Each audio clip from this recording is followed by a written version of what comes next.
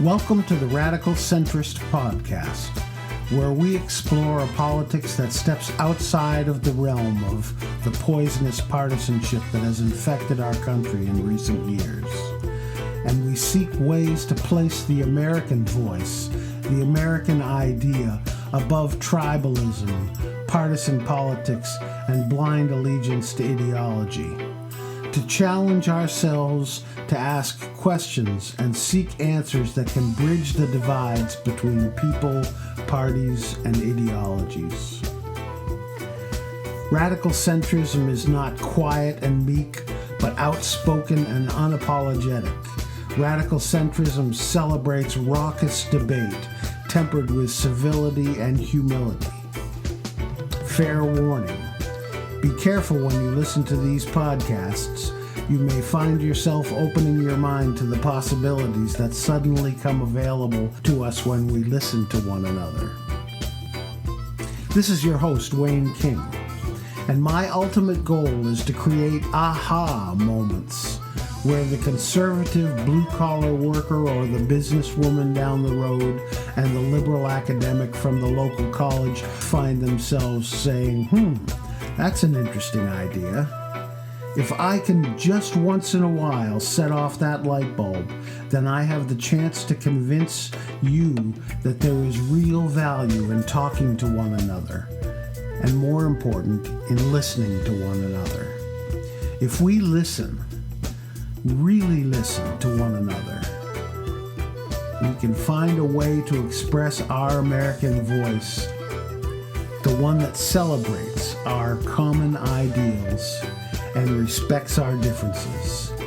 If we can find our American voice, then maybe, just maybe, we can sing together too. What a joyous sound that would be. So let's get started.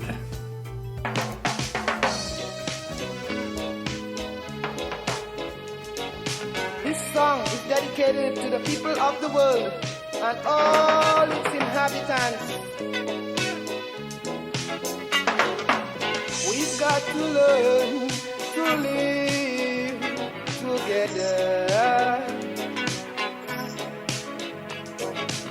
with some understanding and care for each other. Let's go the extra mile and do it with a smile. Said if it's true, tell me why we cannot try. Tell me why, yes, if there is a reason why. If it's true, tell me why we cannot try.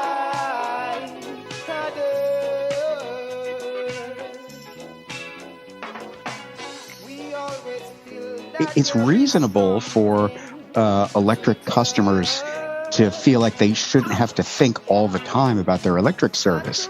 That's what people like me get paid to do, right? Like the ratepayers of the state pay for the existence of my office, and we try on behalf of residential customers to argue for safe and reliable service at the lowest possible cost. So we think of that, so in theory you don't have to. And it is quite troubling that municipal electric departments are able to deliver what I hope is safe and reliable service at a cost that's significantly less than what customers of, say, Eversource or even the electric co-op are paying. That's the voice of Don Kreis, who right now is gearing up for a two-front fight. One about a 47% electric rate increase for Eversource, and the second to eliminate the Office of Consumer Advocate in New Hampshire. Very dapper today. Oh, well, the Executive Council held its breakfast meeting here right down the hall this morning, so had to wear my fancy duds, and then I had a meeting this morning with Senate President Carson. So, yeah, it's a big day for schmoozing up big cheeses in state government. Well, I have the pleasure of chatting with a friend of the podcast, Don Kreis, And Don, we've talked a lot about utility issues over the last couple of years, and it seems like you're kind of hot under the collar about a new hearing that's scheduled for March, correct? That is right. Our friends at Eversource are trying to raise their distribution rates for residential customers by 47%. That's a whopping big rate increase.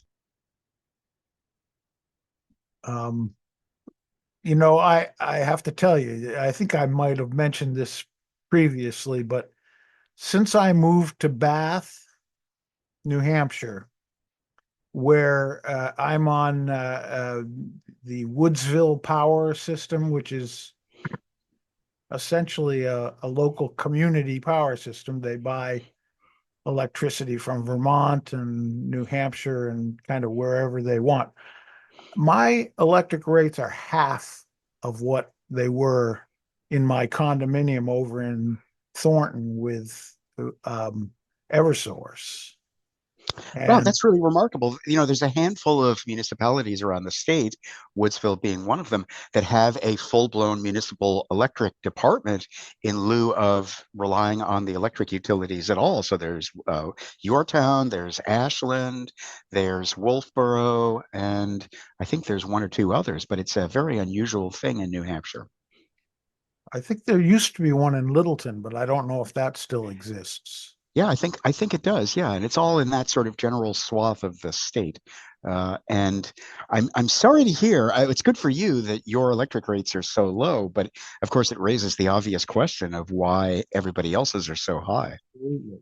Yeah, I mean, I stress about it less from my own personal perspective, but I just continue to think about how I felt when I was living in Rumney and Thornton and about the cost of electricity every single month for folks. And uh, I don't really understand why it is, and maybe from your perspective, 6,000 feet up or more, you can explain to me, is it just because utility regulation and utility costs are things that most consumers feel are completely outside of their ken and also control? Is that the reason that the rates are so high? I don't think that's the explanation. I think it's reasonable for electric customers to feel like they shouldn't have to think all the time about their electric service. That's what people like me get paid to do, right? Like the ratepayers of the state pay for the existence of my office, and we try on behalf of residential customers to argue for safe and reliable service at the lowest possible cost. So we think of that. So in theory, you don't have to. And it is quite troubling that municipal electric departments are able to deliver what I hope is safe and reliable service at a cost that's significantly less than what customers of, say, Eversource or even the electric co-op are paying. Can you sort of give us a quick overview of what Eversource is proposing and what's the process through which you're going to have to find your way in terms of protecting the consumer's interests? Sure. Well, starting at a 10,000 foot level, if you are an Eversource customer and you open up your electric bill every month, you see a whole slew of different charges on the bill. One charge is for energy service. You pay for the actual electricity that comes flowing through the system that you actually consume at your home to do whatever you do with electricity. So that's the energy charge. And then there is a transmission charge that pays for the high voltage bulk power transmission system that moves power usually from big power generation stations into the local distribution circuits that feed people's homes. So that's the transmission charge, and that's regulated by the federal government, the Federal Energy Regulatory Commission. There's a few miscellaneous charges on your electric bill, the biggest one being the system benefits charge, which pays for programs that serve the public, like the New Hampshire Saves Energy Efficiency Program and the Electric Assistance Program, which helps people who can't afford to pay their electric bill. And then there's the distribution charge, and that's what actually pays for the network of poles and wires that the utility supplies to actually deliver electricity from the substations around the state all the way to your home through the meter that the utility provides to basically measure what it is that you consume.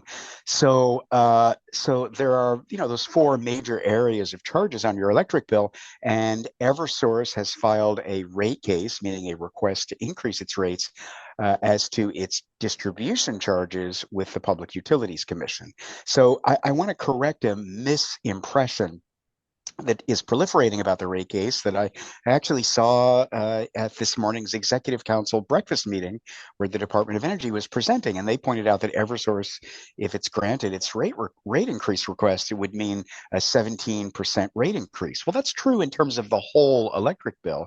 But if you focus solely on the distribution charges on people's bills, which I think is what you should focus on, then what they're really talking about is raising those distribution charges by 47% for residential customers and 42% overall if you take all customers, not just including the residential ones. So the reason that I focus on that bigger number is because all of the other charges are always going up all the time as well. So I think it's misleading to say Eversource is only asking for a 17% increase when what they really are talking about is a 47% increase. And that really is vastly in excess of the rate of inflation. And it raises all the questions for me that it would raise in anybody's mind about why they need such a huge, drastic rate increase. Do you think that that presentation of the rates is deliberate so that it masks the real number? Yeah, absolutely deliberate. I mean, that's utility propaganda. The utility, of course, doesn't want to create a lot of public interest in a rate case. And, if you say, well, we're only raising rates by 17%, and our last rate case was back in 2019, so we've had 6 years since then, then it starts to look very reasonable. But, you pick away at the reasonableness of that claim by first saying, well, we're only talking about distribution charges. And second of all, there have been various rate increases that Eversource has implemented to its distribution charges since its last rate case. So the most recent, so we're really looking at distribution rates that last went up in 2022. And so now it's really only been 2 or 3 years. And in 2 or 3 years, an increase of 47% is definitely running well ahead of inflation. Now, I'm not somebody who is able to dabble in the stock market, so I don't claim to have any knowledge of that. But my understanding is that of all the stocks that one could be involved with as a shareholder, it's just about the safest investment there is, correct? I think it is a very low risk investment. So this is a very salient question that you ask, Wayne. Traditionally, utility stock has been a kind of a widow and orphan investment opportunity, and it's not very high risk. So, and the reason that's really important to this discussion of the Eversource rate increase is that embedded in the utilities rates is what the utility regulator, the Public Utilities Commission, thinks is a reasonable return on shareholder investment. And you, I'm sure, even though you are not a big stock market player, you realize that risk is what drives return, right? I mean, if you are going to take your money out of a bank where the interest rate that you receive is guaranteed because of federal deposit insurance, you're going to expect a higher rate of return if you take your money out of those guaranteed investments and place them in investments where the return isn't guaranteed. And the riskier, the higher the risk that you're going to lose your money, the bigger a return you're going to demand. So the comparison I like to make is to drug companies, right? I mean, pharmaceutical research and R&D is very risky because most drugs that are attempted on an experimental basis don't pan out. They don't survive the FDA trial process so that they go to market. So a drug company investment in a new line of pharmaceuticals is going to be much more risky than an electric company's investment in poles and wires. Why? Because electricity is a vital public commodity. Everybody needs it, and the electric company is a monopoly. So their customers are captive, the risks are low, and so the rate of return that their shareholders should reasonably expect in order to make that investment, as opposed to investing in something else, should be relatively low. But you don't see that in utility rates that get approved. And it's very germane to this case. Eversource filed its rate case last year, and what they claimed in their filing is that their shareholders should be deemed to be entitled to a 10.3% return on investment every year. That is obscenely high. And so we hired a very thoughtful expert to analyze that question from our perspective. And we came back with what we think is a very generous number of 8.1%. I mean, you could cross-examine me, Wayne, and say, why are you that generous to Eversource? And the Department of Energy, they came back and said, well, 9.5% is reasonable. I'm really excited because there's been in the last few weeks a renewed degree of skeptical attention paid on this general question across the country about what a reasonable return on shareholder investment is for an electric utility with captive customers. So, you could argue that 8.1 is already way too lavish, but that's our recommendation to the PUC, 8.1%, period. Typically, our PUC has been granting return on equity figures to utilities between 9 and 9.5% over the last few years. Now, how much of that is, well, I mean, I don't mean to point fingers at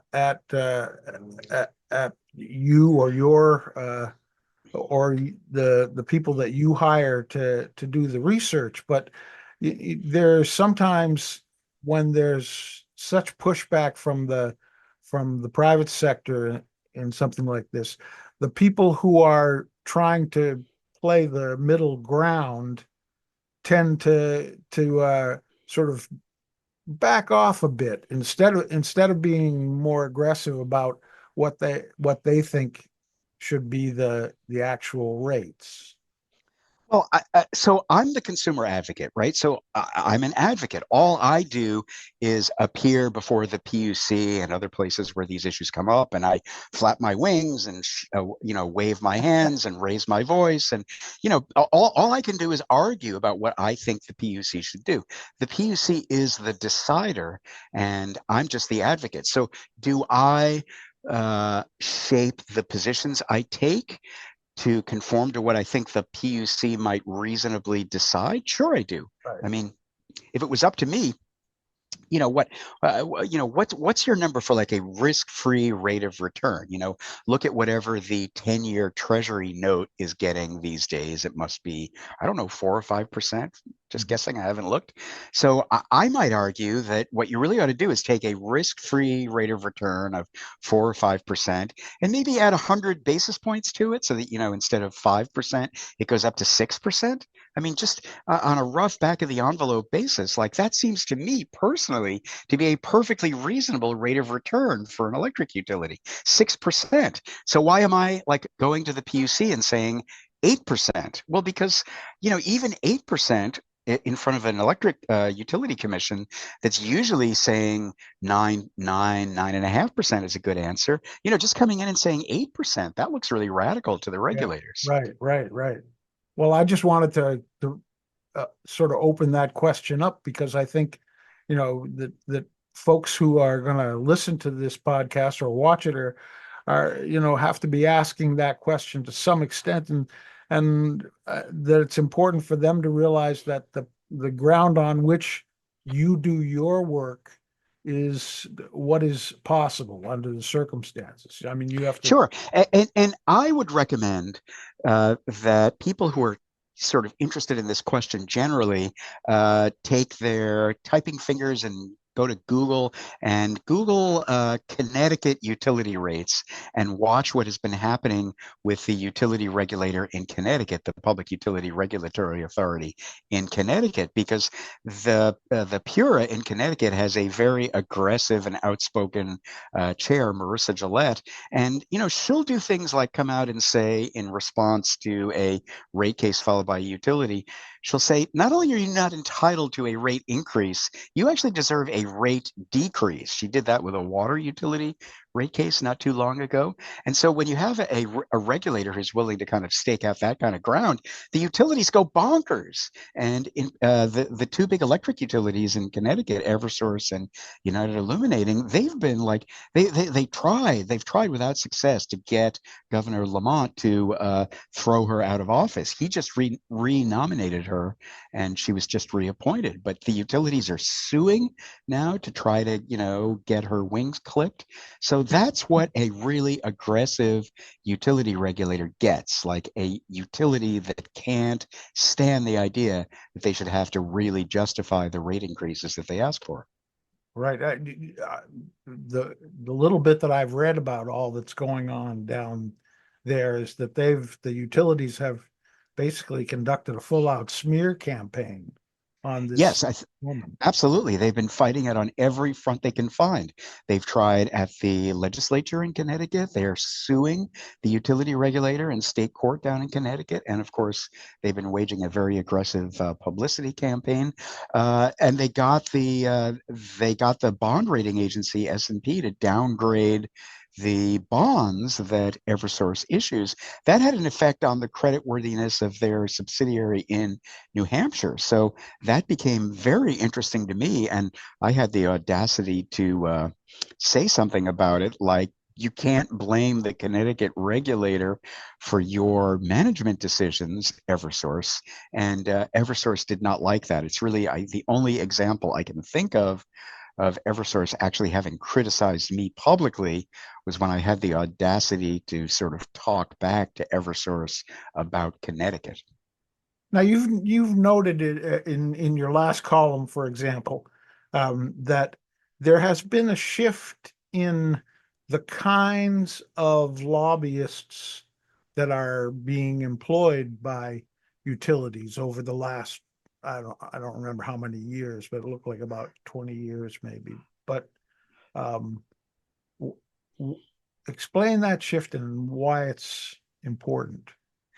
Well, I one of the people whose thinking I really respect is this guy, Matt Stoller. He's actually an expert on antitrust law and antitrust policy, and so that came from his column. He was, I think, conflating, or he was basically conflating these ROE, return on equity experts, with lobbyists, and they are lobbyists in the sense that their job is to influence the government when it makes decisions. But I myself don't equate return on equity experts, who are typically PhD economists who testify in PUC proceedings. That's a different flavor of public actor than, say, a lobbyist who goes down to the State House and prowls the halls down at the State House and the Legislative Office building trying to get utility favorable bills enacted. So I think that's what Matt Stoller meant. And his column about he was one of the people in the last month or two that has really been raising this question of why utilities are getting these bloated returns out of regulators, and that was his point. Well, I thought it was a particularly good piece that he wrote that you brought to our attention? Yes, well, he wrote this wonderful book called Goliath, which is all about the history of antitrust law in the United States. And the point he was making at the time is that the Biden administration was the first administration in many, many years to take antitrust law seriously and really start to try to defend the idea of a robust and competitive economy aggressively.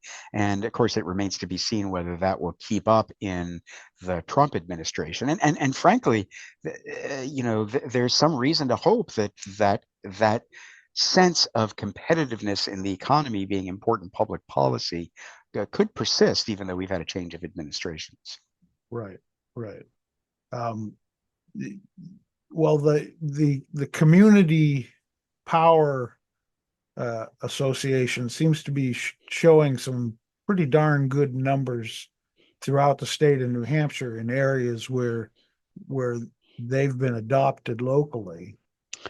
Right. And so now, if we're going to talk about community power, now we're shifting to a different part of everybody's electric bill. So we were just talking about the Eversource rate case. That relates to the distribution charges that pay for the poles and wires.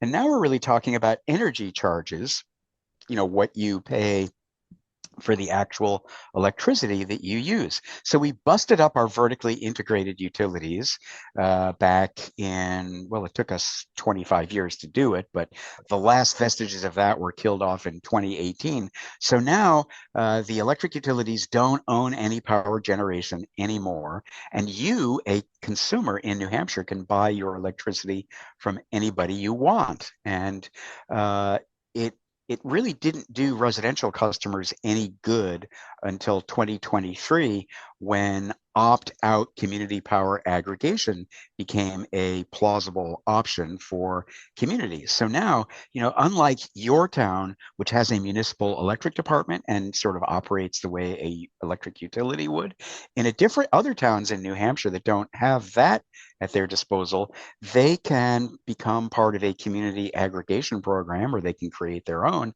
and basically become the electric buying agent for everybody in town and hopefully save everybody some money. So you've seen many, many towns in New Hampshire do that over the last several years. There's a thing called the Community Power Coalition of New Hampshire, which is a consortium of, I don't know, something like 50 municipalities across the country. And they're operating as one big electric buying program. And they're on their way to becoming the biggest load serving entity in the state. And until February 1st, their rates were cheaper than everybody else's. Now they're actually a little bit higher, I think, than Eversource's. And, so the bargain proposition kind of shifted as of February 1st. But I think in the long run, these community power aggregation programs are going to be able to save people money. Now, how does, in terms of the choices before us, not only as a state, but as a nation, are there other, how do you see the future in terms of, the range between private, maybe taking over the utility companies versus having them basically run as cowboys within the system? I don't think, at least in New Hampshire, that there's much prospect of kind of taking the public utilities and turning them into public entities. There was a referendum campaign in Maine to try to do just that a year or two ago. And, from the standpoint of an investor-owned utility, that's a death penalty case. And so the utilities in Maine made clear that they did not want that to happen. And they spent as much money as they could arguing against it. And that referendum was defeated. Now, in Maine, they make law by referendum sometimes We don't have law by referendum provisions in our state constitution, but the results in Maine tell you that the utilities are not going to suffer being put out of business that way lightly, and they're going to insist on maintaining their utility franchises, meaning they're going to insist on their right to own the electric distribution systems in the communities that are currently served by them. So I think that in the long run, though, divesting them of as much of their hegemony as possible is going to be where the future lies. So even though the utility may continue to own the poles and wires, there's so much that you can do by treating the poles and wires as a mere platform. And I think doing those other things are where the innovation is going to come. So in terms of divesting them of their hegemony, you are so much more eloquent than I, my friend. The idea of the community power system is one that carries a lot of weight. Yes, and I think the battleground is over the meter. So the utilities really don't want to give up their monopoly on meters, but there's no reason why the utility should have to own the meter on the side of your house. And because a meter can be used to do all kinds of cool things if it is set up in a really advanced way to monitor and measure the power that you use on an extremely granular basis. That has the potential to give you the data you need to make very sophisticated use of the electricity grid, right? And so the less the utilities control the device that monitors and measures your electricity usage, the more empowered you are as a consumer to both gather that data and then share it and make use of it in a meaningful way. So of course the utilities don't want to give up their meter monopoly, but I think ultimately they'll have to. Is there legislation currently pending anywhere to change that? There is not, but that's only because there are bigger, more looming battles in the legislature right now. And this is it's a long-term project, divesting the utilities of their meter monopoly. What about in other states? I mean, are there other states where they're moving more aggressively on that front? Well, I think in other states, the utilities have been less resistant than Eversource has been in deploying really technologically advanced meters. And to be fair, in New Hampshire, we have at least one utility, Unitil, that actually has deployed so-called AMI, advanced metering infrastructure. And even if the utility owns the metering infrastructure, if it's advanced metering infrastructure, then other people can, in theory, gain access to the data that the meter gathers and make use of it. And I think it's an interesting contrast between our major electric utilities make interesting contrasts with each other. Unitil is based here in New Hampshire, in Hampton. It happens to be the smallest electric utility on the New York Stock Exchange, and it is a local independent company. Most of its customers are in New Hampshire. They do have some customers that take gas service in Maine and some electric customers in Massachusetts and some gas customers, but primarily it's a New Hampshire company, and it is, I think, doing a better job at being a creative and customer centric business than Eversource is. So if you were going to advise citizens, mostly obviously in New Hampshire, but in other places as well, as to how they can get involved that in ways that are most apt to result in lower electric costs for them, what would you suggest should be their priorities? Well, that's an excellent question, Wayne, and I hope you'll suffer a slightly self-serving answer to that question, at least in the first instance. So we're sitting here having this conversation with each other on February 26th, which is a Wednesday.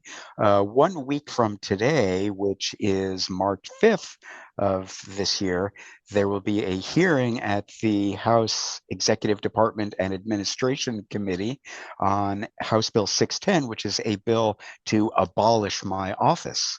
And I guess I think it's really important for New Hampshire to have an independent state agency whose job it is to look after the collective interests of residential utility customers. But there's a group of House members who think otherwise, and they have filed a bill that would abolish my office. And if you don't like the idea of abolishing the Office of the Consumer Advocate, letting that House Committee on Executive Departments and Administration know, either by showing up to testify in person at 9 a.m. when the hearing is, or by writing to the committee, that would be helpful.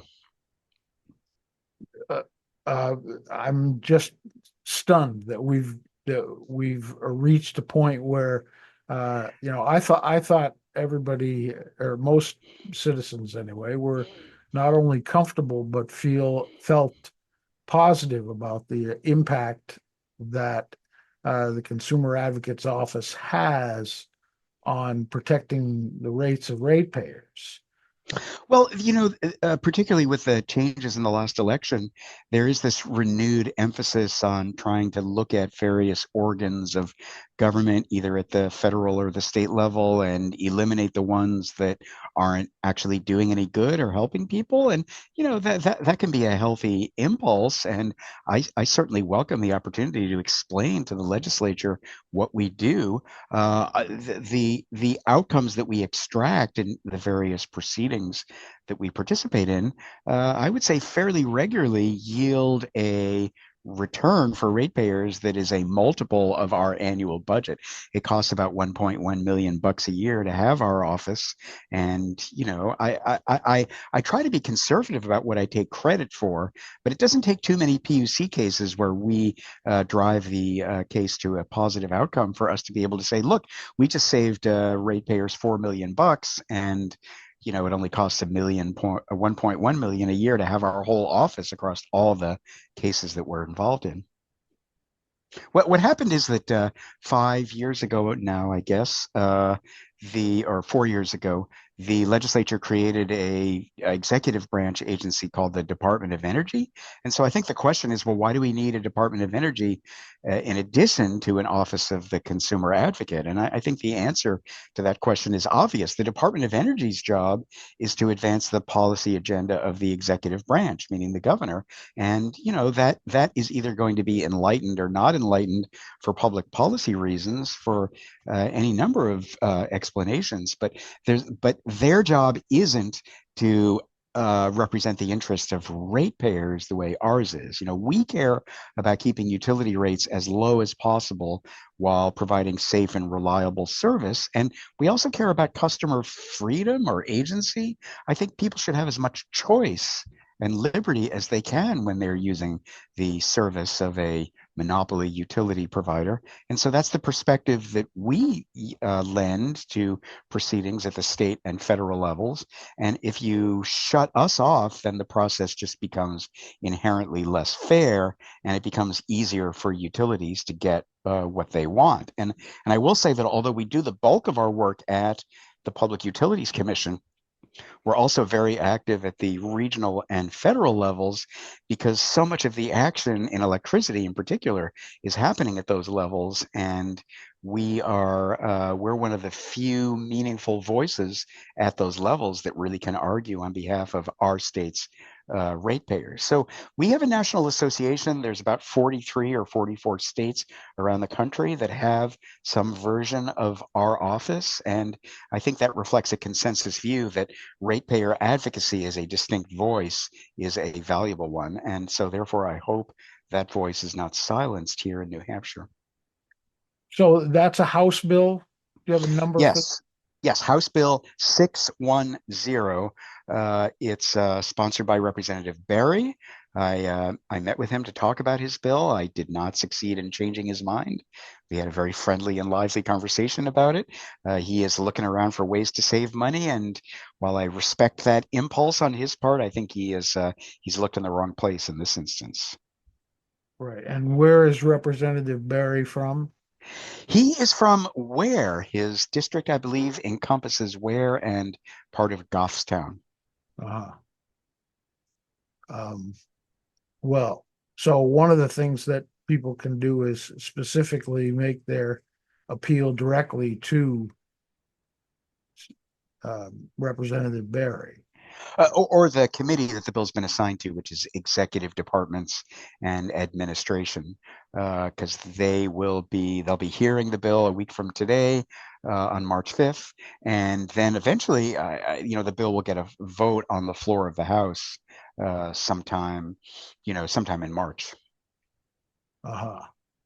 Probably sometime in the first half of March, I should think, because the deadlines for crossing bills over to the other body is fast approaching. Should they be CCing the Department of Energy or not? I don't think so. I mean, I don't know what position the Department of Energy is going to be taking on the bill yet. I will be asking them in the next couple of days, but ultimately it isn't really up to the Department of Energy. It's up to the legislature. I think ultimately making the governor aware of your view is probably not a bad idea, because the governor is obviously a very important figure when it comes to matters of public policy. Any bill to change our office would eventually have to come to her desk for signature. So, and So, I think that Governor Ayotte, I think at least in theory, understands the importance of vibrant ratepayer advocacy.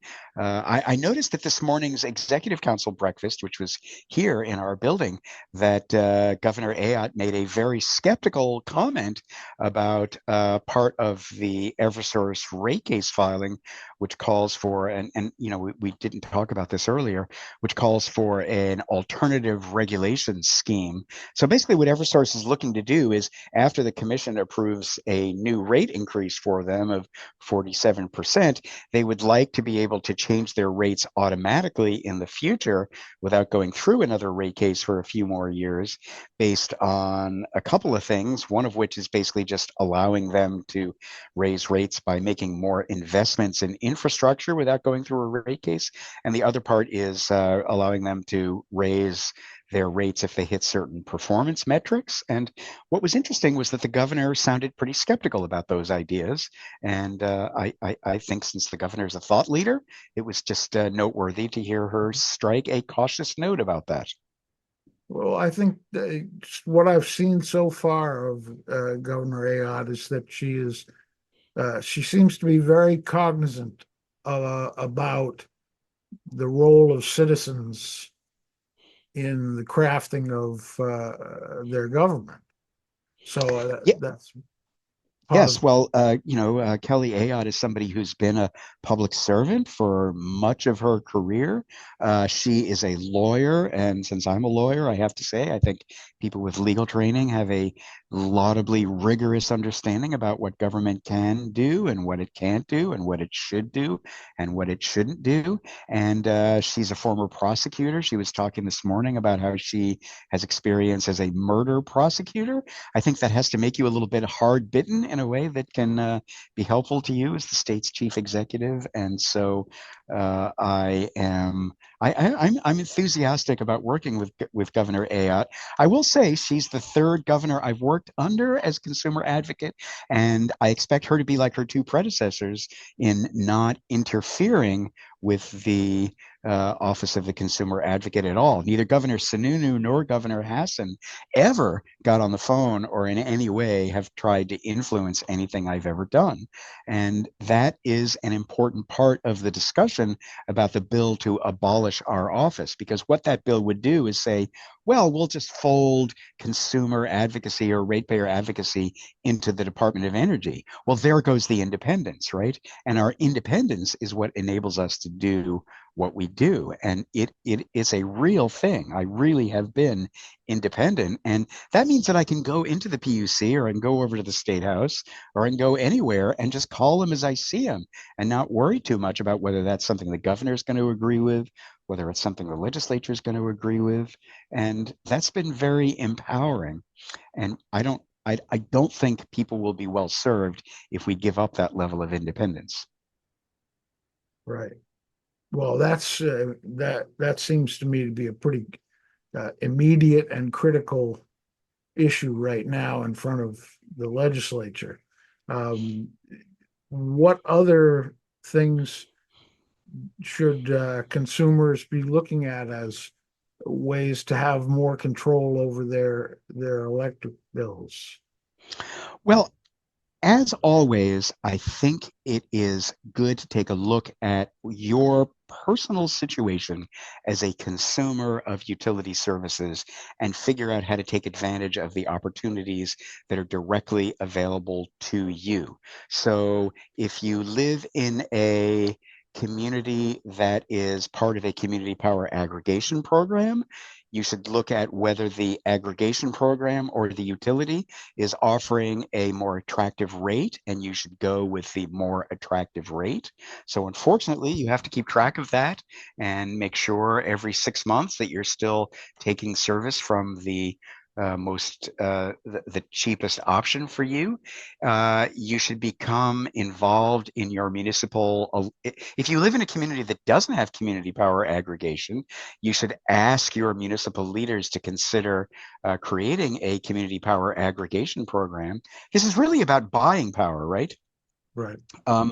So if you can take all of the electric buying power in your community and create, one, and you can pool it together, you're going to be able to go into the marketplace and get better deals than just doing it on your own. If you're in a community that doesn't aggregate, then you can still go look for whatever the best deal is available to you from either the local utility or from competitive power suppliers that will sell to customers on an individual basis. It's possible you can get some deals there. You want to make sure that your home and your business is as energy efficient as possible. So you want to look at nhsaves.com, which is the ratepayer funded energy efficiency program that we all benefit from. And you want to make sure that your home is as energy efficient as it possibly can be, because that's going to mean saving money. Ultimately, you want to make sure that you're taking advantage of any electricity management programs and buying programs that are available to you to help you save money. And then if you really want to be super interested, you can monitor all of the important PUC proceedings. You can comment to the PUC about what you think of the Eversource rate increase of 47%. You can look on our website, oca.nh.gov, and we have some tips there for how to participate in PUC proceedings. And yeah, or you can do what I just did and go visit Iceland, because Iceland is really cool energy wise. They're basically a giant volcano. So they have all this geothermal power and also a lot of hydropower there. So they're doing all kinds of cool things because their electricity is very cheap.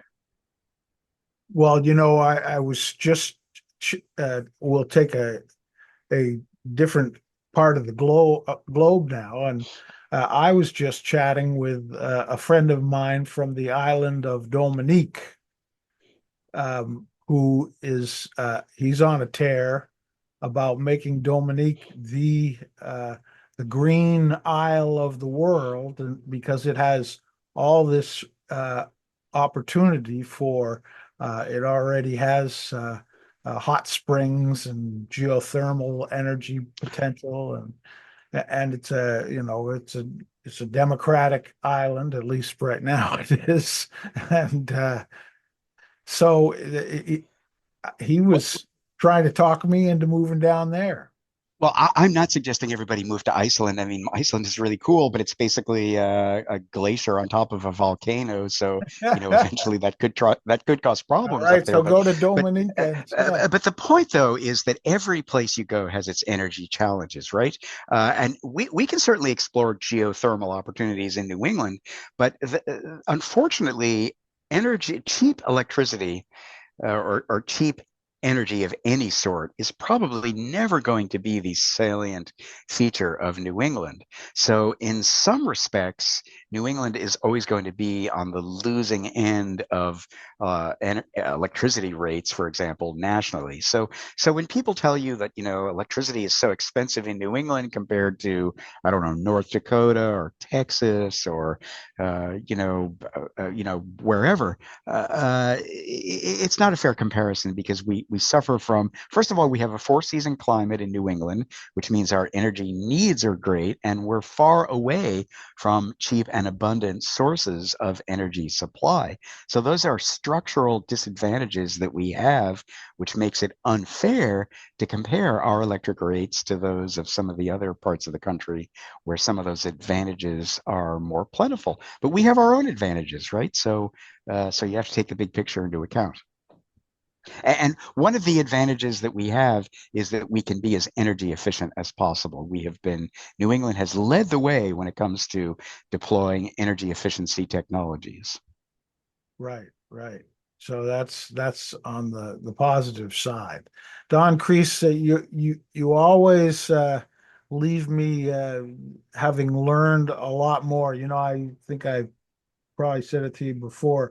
My grandfather used to tell me in my early days in politics that the key was to put the fodder on the fence where every jackass can reach it.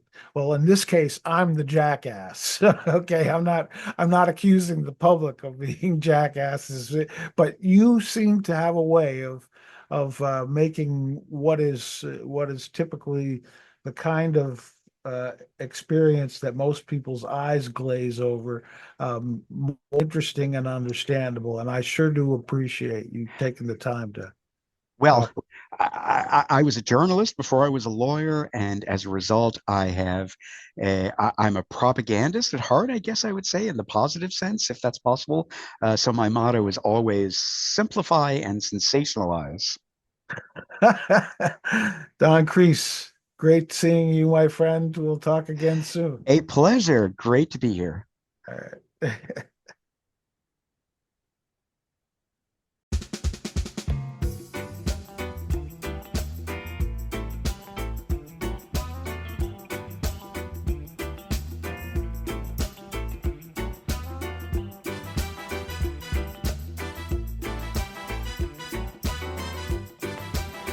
My thanks to Don Kreis, who is not only a friend of the podcast, but also a columnist at our favorite news website, indepthnh.org, the home of the New Hampshire Center for Public Interest Journalism. Don always manages to explain these complex rate issues in an understandable way. So I'm very grateful for his help in that area. Aside from that, he's a very cool guy who I enjoy talking with. The show notes for this podcast can be found at theradicalcentrist.us, where you can make a contribution, or you can also take a trip over to the gallery site and purchase a piece of original art that helps to defray the costs of doing this podcast without advertising. Now, we may find that we have to do advertising at some point, but so far we've managed to do it simply based on the sales of art. And I appreciate that, because I hate doing advertising.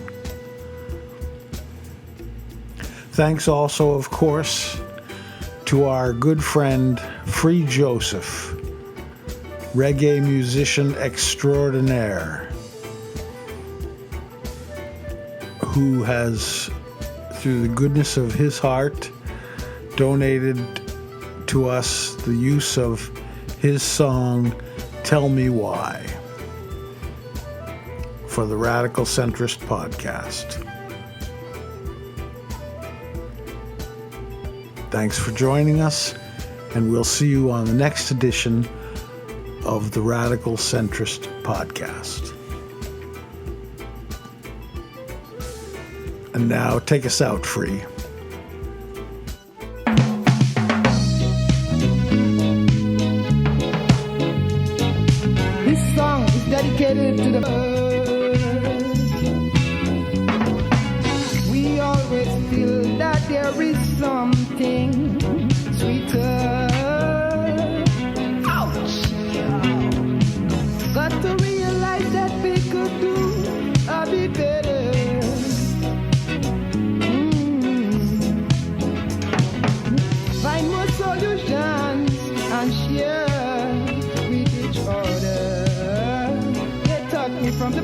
If it's true, tell me why we cannot try.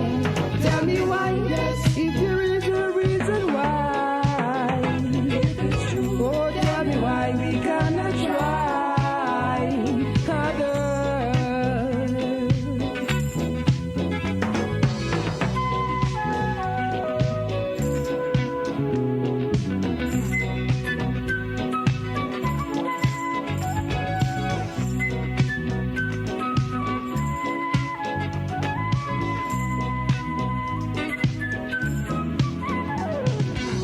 We've got the rights to talk to the high man. Ouch, yeah. For he's handling the lands of the mass population.